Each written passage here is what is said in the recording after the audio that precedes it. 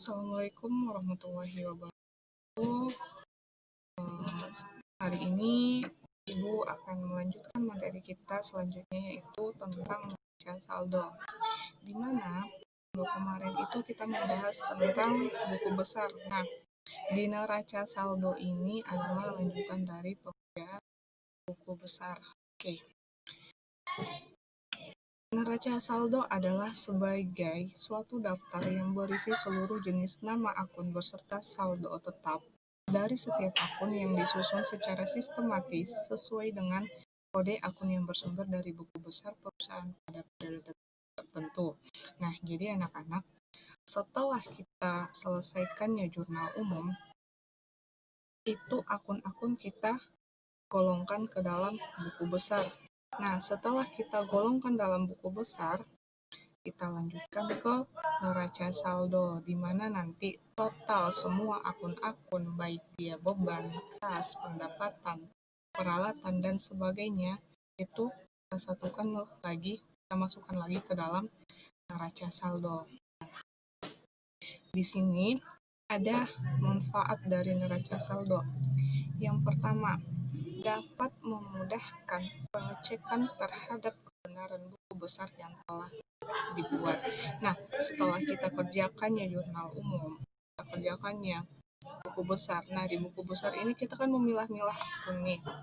Nah, setelah kita totalkan, setelah kita buat penggolongan di dalam buku besar, itu nanti kita posting balik lagi ke neraca saldo.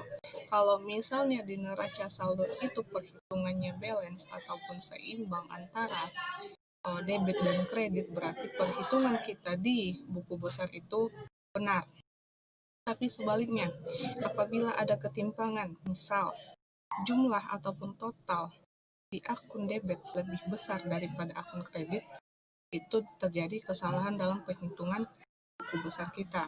Nah, buku besar adalah menjadi patokan untuk mengerjakan neraca saldo. Nah, manfaat yang kedua, itu penyusunan neraca saldo bermanfaat sebagai pembuatan sumber, kertas kerja, dan sebagai dasar penyusunan laporan keuangan perusahaan. Nah, manfaatnya itu selain memudahkan pengecekan di buku besar, ini juga sebagai dasar untuk pembuatan kertas kerja, di mana setelah kita pertama kita lakukan jurnal umum, postingan jurnal umum, kemudian buku besar. Nah, setelah itu kita lanjut ke neraca saldo. Nah, kalau misal penghitungan kita di neraca saldo ini benar, balance dia ini akan menjadi sumber untuk pengerjaan selanjutnya, yaitu kertas kerja, di mana nanti perhitungan di neraca saldo ini kita pindahkan lagi ke kertas kerja. Paham ya anak-anak? Selanjutnya ada tujuan dan fungsi neraca saldo. Yang pertama, fungsinya yaitu untuk mendeteksi setiap kesalahan perhitungan yang terjadi dalam sistem akuntansi. Ya, mendeteksi katanya.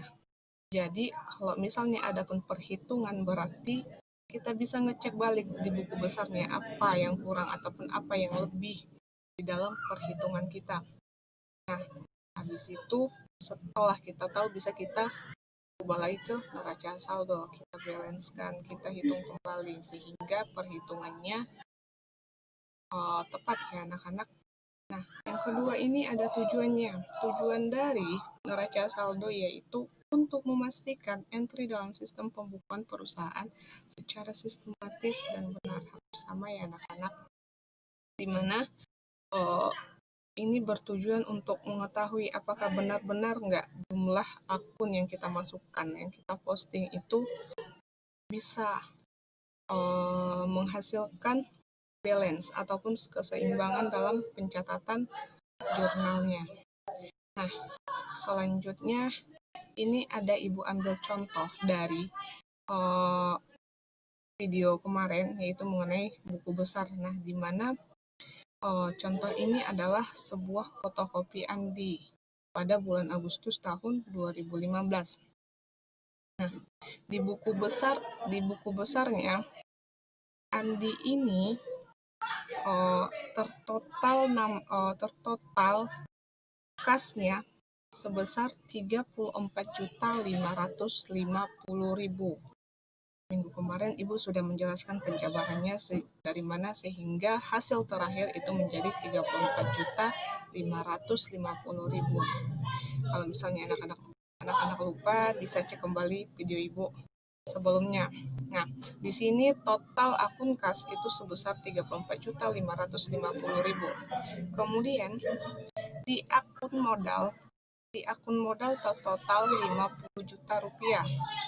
Sedangkan di akun beban ini ada 15.450.000 rupiah. Nah, ini adalah buku besar dari video sebelumnya. Anak-anak bisa cek kembali kalau misalnya ada kesilapan ataupun kekurangan, nanti kita bisa diskusikan kembali lagi.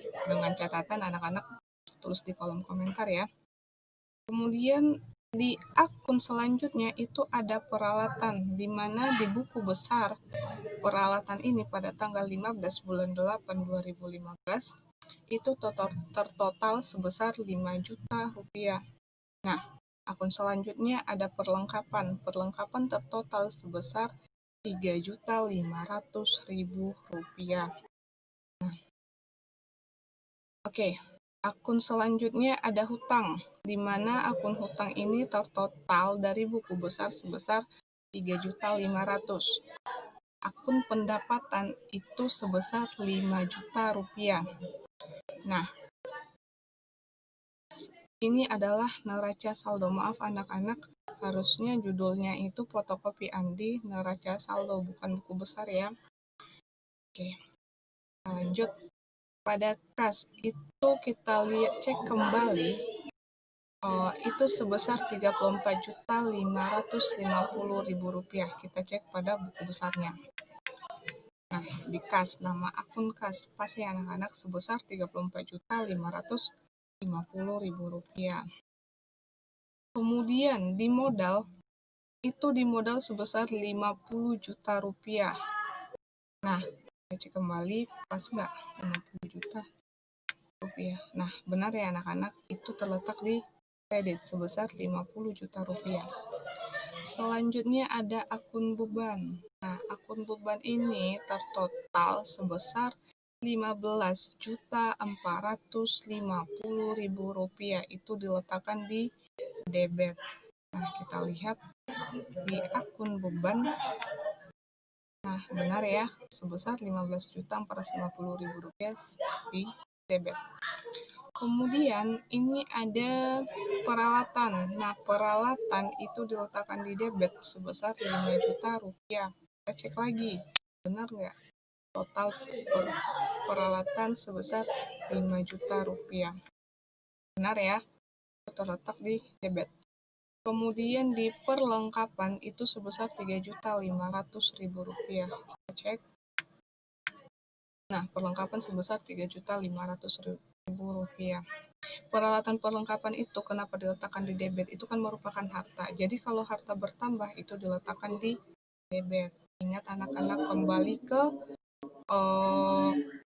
mekanisme pencatatan jurnalnya. Apabila harta berkurang diletakkan di mana, apabila harta bertambah diletakkan di mana. Itu adalah kunci penyelesaian dalam jurnal. Itu adalah kunci dasar ya. Selanjutnya ada hutang. Hutang itu kalau bertambah itu diletakkan di kredit sebesar 3.500.000 rupiah dan pendapatan itu kalau bertambah diletakkan di kredit sebesar 5 juta rupiah. Kita cek hutang dan pendapatan. Benar ya? Hutang di buku besar itu tercatat sebesar 3.500.000 rupiah, sedangkan pendapatan itu sebesar 5 juta rupiah. Sehingga kita totalkan dari kas sebesar 34.550.000 rupiah ditambah beban sebesar 15.450.000 rupiah. Kemudian ada peralatan sebesar 5 juta, perlengkapan 3.500.000, tertotallah hasil dari neraca saldonya sebesar 58.500.000 rupiah. Nah, dari akun debit tertotal dia 58.500.000 rupiah. Kemudian di akun kreditnya modal sebesar 50 juta rupiah utang sebesar Rp3.500.000 dan pendapatan sebesar Rp5 juta, itu juga tertotal sebesar Rp58.500.000. Jadi antara akun debit dan kredit itu balance ya anak-anak. Berarti pengerjaan kita dalam buku besar minggu kemarin itu benar ya, karena neraca saldo kita ini hasilnya sama-sama sebesar Rp58.500.000 balance ya. Jadi, nah setelah kita kerjakan ini neraca saldonya, kalau buku besarnya benar berarti neraca saldonya juga benar. Berarti ini akan kita lanjut ke kertas kerja. Ini akan kita bahas di pertemuan selanjutnya. Nah, Ibu kira cukup sampai di sini penjelasan Ibu. Apabila ada yang kurang paham ataupun masih belum mengerti, nah Ibu saran tonton videonya dari awal biar bisa mengikuti ataupun memahami materi yang Ibu berikan. Kalau ada penyampaian yang kurang baik, tulis ataupun yang belum paham anak-anak, bisa ditulis kolom komentar. Ibu sudahi dengan salam. Assalamualaikum warahmatullahi wabarakatuh.